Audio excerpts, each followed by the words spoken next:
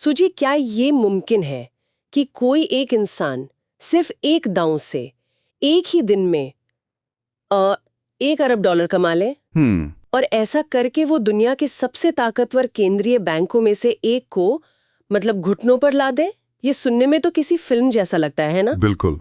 लेकिन यह हकीकत है और आज हम ऐसे ही एक शख्सियत की कहानी और उनकी सोच की गहराइयों में उतर रहे हैं। हाँ एक ऐसा नाम जिसने वित्तीय दुनिया को हमेशा के लिए बदल दिया, जॉर्ज सोरोस। हाँ, वही जॉर्ज सोरोस जिन्हें दुनिया भर में the man who broke the bank of England के नाम से जाना जाता है। तो आज की हमारी ये खास चर्चा जॉर्ज सोरोस पर ही है।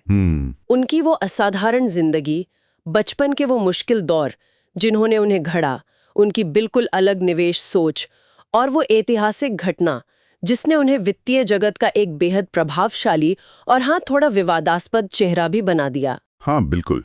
और देखिए, हमारी ये बातचीत कई अलग अलग स्रोतों से मिली जानकारी पर आधारित है।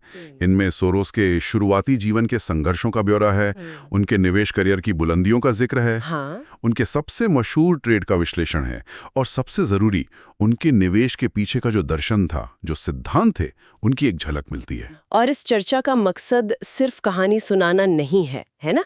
हम सोरोस की जिंदगी और उनके तरीकों के जरिए निवेश, वैश्विक वित्त और यहाँ तक कि इंसानी सोच और व्यवहार के बारे में कुछ जरूरी सबक और अनोखे नजरिए समझने की कोशिश करेंगे। हाँ। खासतौर पर ये देखना दिलचस्प होगा कि कैसे उनके शुरुआती तजुर्बों ने दुनिया को देखने के उनके नजरिए और उनकी रणनीतियों को मतलब एक खास शक्ल दी। बिल्कुल। तो चलिए सफर शुरू करते हैं उनके जन्म और शुरुआती मुश्किल भरे सालों से। जॉर्ज सोरोस का जन्म हुआ 1930 में हंगरी की राजधानी बुडापेस्ट में। वो समय यूरोप के लिए बहुत उथल-पुथल भरा था। दूसरा विश्व युद्ध। हाँ बिल्कुल। और उनका परिवार यहूदी था, तो जब नाजी जर्मनी ने हंगरी पर कब्जा किया, उनके और उनके परिवार के लिए हालात मतलब जानलेवा हो गए थे। बाप रे। उन्हें अपनी पहचान छुपानी पड़ी, झूठे कागजात के सहारे जीना पड़ा। वो एक ऐसे माहौल में बड़े हुए जहां हर पल डर और अनिश्चितता। ये सिर्फ जीने की लड़ाई नहीं थी, एक तरह से अस्तित्व बचाने का संघर्ष था। कल्पना करना भी मुश्किल है उस छोटी उम्र में इस तरह के अनुभव का क्या असर हुआ होगा। लेकिन जैसा कि एक स्रोत बताता है, सोरोस ने शायद इसी खौफनाक दौर से जिंदगी का एक बहुत बड़ा सबक सीखा। उनके ही शब्दों में, जीत हमेशा उसी की होती है जो डर के बावजूद कदम बढ़ाता है। बिल्कुल। और ये सिर्फ एक कहावत नहीं रही होगी उनके लिए, शायद उनके पूरे जीवन दर्शन का आधार बन गया ये। वो जो लगातार खतरे का माहौल था ना, उसने उन्हें सिखाया कि हालात को बारीकी से कैसे देखना है, कब रिस्क लेना है और कब पीछे हटना है। हाँ। शायद यहीं से उनके अंदर वो रिस्क का अंदाजा लगाने और बहुत ज्यादा दबाव में भी टिके रहने की वो असाधारण क्षमता आई। तो युद्ध खत्म होने के बाद क्या हुआ? वो हंगरी में ही रहे?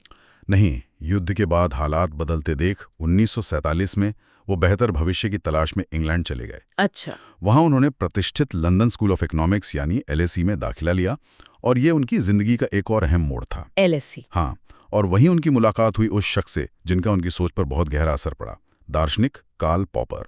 हाँ बिल्कुल, कार्ल पॉपर और उनका रिफ्लेक्सिविटी सिद्धांत। देखिए, ये सोरोस के लिए सिर्फ एक अकादमिक विचार नहीं रहा।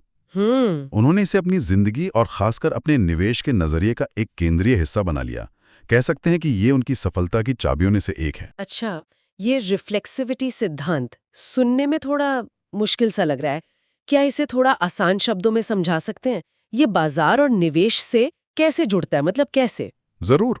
देखिए, आमतौर पर आर्थिक सिद्धांत ये मानते हैं कि बाजार की कीमतें मुख्य रूप से फंडामेंटल्स पर निर्भर करती हैं, जैसे कंपनी का मुनाफा, अर्थव्यवस्था की सेहत वगैरह। हाँ। लेकिन पॉपर और सोरोस का मानना था कि ये तस्वीर अधूरी है।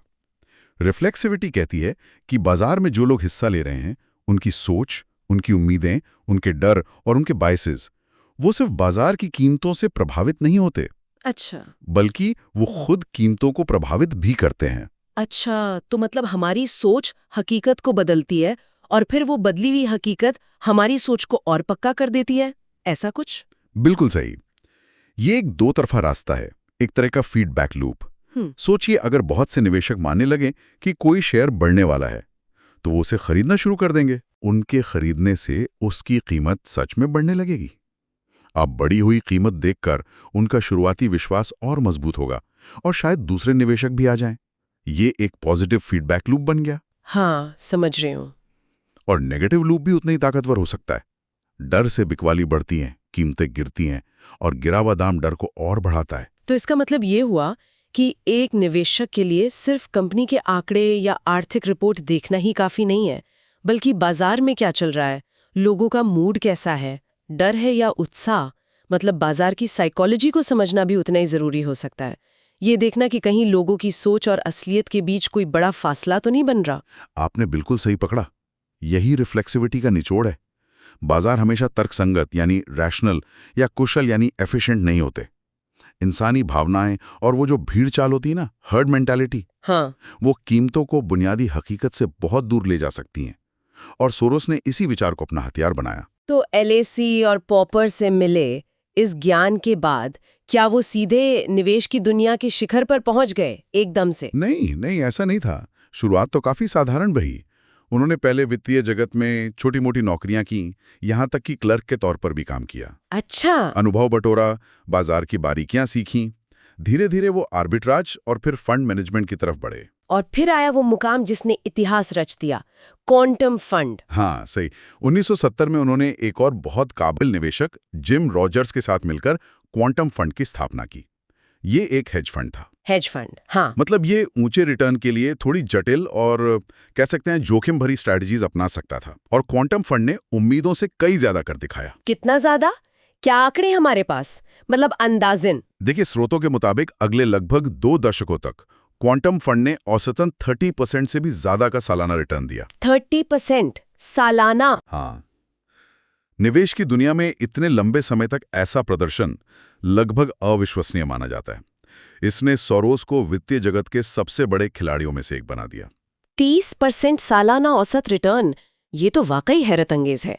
और इसी फंड के जरिए उन्होंने वो सबसे चर्चित ट्रेड किया था जिसने उन्हें दुनिया भर में शोहरत दिलाई, ब्लैक वेडनेसडे, है ना? हाँ, वही ट्रेड। साल था 1992। उस वक्त Britain European exchange rate mechanism यानी ERM का हिस्सा था।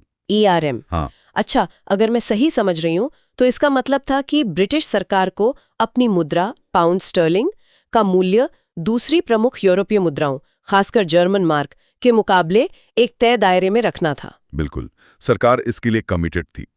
लेकिन सोरोस और उनके क्वांटम फंड के एनालिस्ट ने अपनी रिसर्च से ये नतीजा निकाला कि पाउंड का मूल्य मतलब आर्टिफिशियली ऊंचा रखा जा रहा था। ये ओवर वैल्यूड था।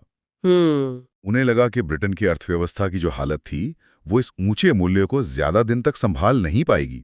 उन्हें यकीन था कि या तो बैंक ऑफ इंग्लैंड ब्याज दरें बहुत ज्यादा बढ़ाएगा जिससे अर्थव्यवस्था और मुश्किल में पड़ जाएगी, या फिर उन्हें पाउंड का डीवैल्यूएशन करना पड़ेगा और ERM से बाहर निकलना होगा। और यहीं सोरोस ने रिफ्लेक्सिविटी के सिद्धांत को शायद काम करते देखा कि बाजार का दबाव सरकार को मजबूर कर सकता है। संभवतः यही उनकी सोच का अहम हिस्सा था। उन्होंने सिर्फ ये नहीं देखा कि पाउंड ओवरवैल्यूड है, बल्कि शायद ये भी समझा कि अगर बाजार के बड़े खिलाड़ी पाउंड पर दबाव बनाना शुरू करेंगे तो सरकार के लिए टिके रहना मुश्किल हो जाएगा। हाँ। ये एक सेल्फ फुलफिलिंग प्रोफेसी बन सकती थी। और उन्होंने सिर्फ विश्लेषण नहीं किया, उन्होंने इस पर एक बहुत बड़ा दांव लगाया। कितना बड़ा दांव? सूत्रों के मुताबिक सोरोस ने लगभग $10 बिलियन के बराबर पाउंड स्टर्लिंग को शॉर्ट सेल कर दिया। Short cell? अच्छा, यानी उन्होंने पाउंड उधार लेकर बाजार में बेच दिए इस उम्मीद पर कि जब कीमत गिरेगी तो वो सस्ते दाम पर खरीदकर उधार चुका देंगे और बीच का भारी मुनाफा कमाएंगे। यही ना? बिल्कुल यही स्ट्रैटेजी थी और उनका अनुमान और स्ट्रैटेजी दोनों सही साबित हुए। 16 सितंबर 1992 का दिन, जिसे ब्रिटिश इतिहास में ब्लैक वेडनेसडे कहा जाता है, बैंक ऑफ इंग्लैंड ने पाउंड को बचाने की भरपूर कोशिश की। ब्याज दरें बढ़ाईं, लेकिन बाजार के दबाव के आगे वो टिक नहीं सके। उन्हें हार माननी पड़ी, पाउंड को ERM से बाहर निकालना पड़ा और पाउंड की कीमत तेजी से गिर गई। और सोरोस के लिए इसका नतीजा क्या रहा? कितना मुनाफा? नतीजा ये हुआ कि जॉर्ज सोरोस और उनके क्वांटम फंड ने कथित तौर पर सिर्फ उसी एक दिन में लगभग $1 बिलियन का मुनाफा कमाया। एक दिन $1 अरब? अविश्वसनीय। और इसी घटना ने उन्हें हमेशा के लिए the man who broke the bank of England का वो तमगा दे दिया। ये सुनने में जितना नाटकीय लगता है उतना ही वित्तीय इतिहास के लिए महत्वपूर्ण भी है। हालांकि ये उपाधि थोड़ी बढ़ा चढ़ाकर कही गई लग सकती है, क्योंकि बैंक ऑफ इंग्लैंड पर दबाव डालने वाली बाजार की ताकतें बहुत बड़ी थीं। सोलोस अकेले नहीं थे। अच्छा। लेकिन उन्होंने उन ताकतों को न सिर्फ पहचाना बल्कि उन पर इतना बड़ा और निर्णायक दांव लगाने का साहस दिखाया। तो उनकी भूमिका बेहद अहम थी, इसमें कोई शक नहीं। तो इस हैरत अंगेज सफलता और क्वांटम फंड के लगातार ऊंचे रिटर्न के पीछे जरूर कोई गहरी सोची समझी रणनीति और दर्शन काम कर रहा होगा। आपने रिफ्लेक्सिविटी का जिक्र किया जो उनकी सोच का आधार था। इसके अलावा और कौन से सिद्धांत थे? हाँ, रिफ्लेक्सिविटी तो थी ही, वो तो बेस था। उसके अलावा उनके निवेश दर्शन के कुछ और महत्वपूर्ण स्तंभ थे। दूसरा अहम सिद्धांत था जोखिम की विषमता, मतलब एसिमेट्री ऑफ रिस्क। जोखिम की विषमता। क्या इसका मतलब ये था कि वो ऐसे दांव ढूंढते थे जहां हारने का खतरा कम हो लेकिन जीतने पर फायदा बहुत ज्यादा होने की संभावना हो? बिल्कुल। वो ऐसे मौके तलाशते थे जहां अगर उनका विश्लेषण गलत भी साबित हुआ तो नुकसान लिमिटेड हो, लेकिन अगर वो सही निकले तो मुनाफा कई गुना ज्यादा हो। ये heads I win tails I don't lose much जैसा नजरिया था, कह सकते हैं। और इसके लिए जरूरी था कि वो गलत होने के लिए हमेशा तैयार रहें। गलत होने के लिए तैयार रहना, ये तो आम निवेशक की सोच से बिल्कुल उल्टा लगता है। मतलब कौन गलत होना चाहता है? हाँ, लेकिन सोरोस का एक मशहूर कथन है, जैसा एक स्रोत बताता है, मुझे हमेशा गलत होना पसंद है अगर मैं छोटे नुकसान के साथ बाहर निकल जाऊं। अच्छा। इसका मतलब है कि वो अपनी गलती मानने और नुकसान वाले सौदे को जल्दी काटने में हिचकिचाते नहीं थे। वो अपनी ईगो को बीच में नहीं आने देते थे। अपनी गलती पहचानना और उसे मानना, ये उनकी ताकत थी। ये वाकई एक अहम सबक है। तीसरा सिद्धांत जिसका जिक्र मिलता है, बड़े विचारों पर बड़े दांव लगाना। सही कहा। क्वांटम फंड की सफलता का एक राज ये भी था कि जब सोरोस को किसी ट्रेड या निवेश के आइडिया पर गहरा विश्वास होता था, जो अक्सर उनके रिफ्लेक्सिविटी और रिस्क असिमेट्री के विश्लेषण पर आधारित होता था, तो वो उस पर छोटी-मोटी रकम नहीं लगाते थे, बल्कि बहुत बड़ी पूंजी लगाते थे। वो बाजार में बड़े बदलावों या गलत कीमतों, मिसप्राइसिंग्स की तलाश में रहते थे और जब ऐसा मौका मिलता तो उस पर पूरी ताकत से दांव लगाते थे। ब्लैक वेडनेसडे इसका सबसे सटीक उदाहरण है। और चौथा सिद्धांत, जो शायद इन सभी को एक साथ पिरोता है, अनुकूलनशीलता, मतलब अडेप्टेबिलिटी। निश्चित रूप से सोरोस ये बखूबी समझते थे कि वित्तीय बाजार कोई स्थिर चीज नहीं है, वो लगातार बदलते रहते हैं, नए हालात पैदा होते रहते हैं, है ना? हाँ, बिल्कुल। इसलिए एक सफल निवेशक को किसी एक स्ट्रैटेजी या विचार से चिपक कर नहीं रहना चाहिए। उसे बदलते माहौल के साथ खुद को और अपनी स्ट्रैटेजीज को ढालने के लिए तैयार रहना चाहिए। उनका वो कथन याद आता है, मैं तभी अमीर बना क्योंकि मुझे पता है मैं कहाँ गलत हूँ। ये उनकी अनुकूलनशीलता और वो जो सेल्फ क्रिटिसिज्म की क्षमता है उसी को दिखाता है, गलती मानना और उससे सीखना। बिल्कुल। तो ये चार सिद्धांत, रिफ्लेक्सिविटी को समझना, रिस्क की विषमता वाले मौके तलाशना, उन मौकों पर बड़े दांव लगाना और लगातार बदलते बाजार के साथ अनुकूलित होते रहना, ये सब मिलकर जॉर्ज सोरोस के असाधारण निवेश करियर की बुनियाद बनाते हैं। निवेश की दुनिया में इतनी दौलत और शोहरत कमाने के बाद उन्होंने इस पैसे का क्या किया? क्या वो सिर्फ अपने फंड तक ही सीमित रहे? नहीं, यही उनकी कहानी एक और दिलचस्प मोड़ लेती है। जॉर्ज सोरोस सिर्फ एक निवेशक ही नहीं, बल्कि दुनिया के सबसे बड़े परोपकारियों में से भी एक है। हाँ। उन्होंने अपनी अकूत संपत्ति का एक बहुत बड़ा हिस्सा समाज को लौटाने का फैसला किया। इसके लिए उन्होंने ओपन सोसाइटी फाउंडेशंस OSF की स्थापना की। हाँ, OSF के बारे में सुना है। ये संस्था किस तरह का काम करती है? ओपन सोसाइटी फाउंडेशंस दुनिया भर के कई देशों में सक्रिय है। इसका मुख्य उद्देश्य है लोकतंत्र को बढ़ावा देना, मानवाधिकारों की रक्षा करना, शिक्षा तक सबकी पहुंच सुनिश्चित करना, प्रेस की स्वतंत्रता का समर्थन करना और सामाजिक न्याय के लिए लड़ना। सोरोस का मानना था, जैसा कि एक स्रोत में उनके विचार दर्ज हैं, अगर तुम्हारे पास ज्ञान और पैसा है तो तुम्हारा कर्तव्य है कि उसे समाज में वापस दो। ये एक बड़ी सोच है, धन कमाने के साथ साथ उसे समाज की बेहतरी के लिए इस्तेमाल करना। हाँ, लेकिन ये भी बताना जरूरी है कि जॉर्ज सोरोस एक जटिल शख्सियत है।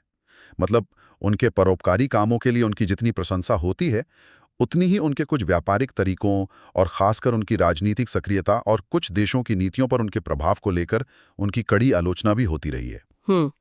वो अक्सर विवादों के केंद्र में रहे हैं। समझ सकते हो।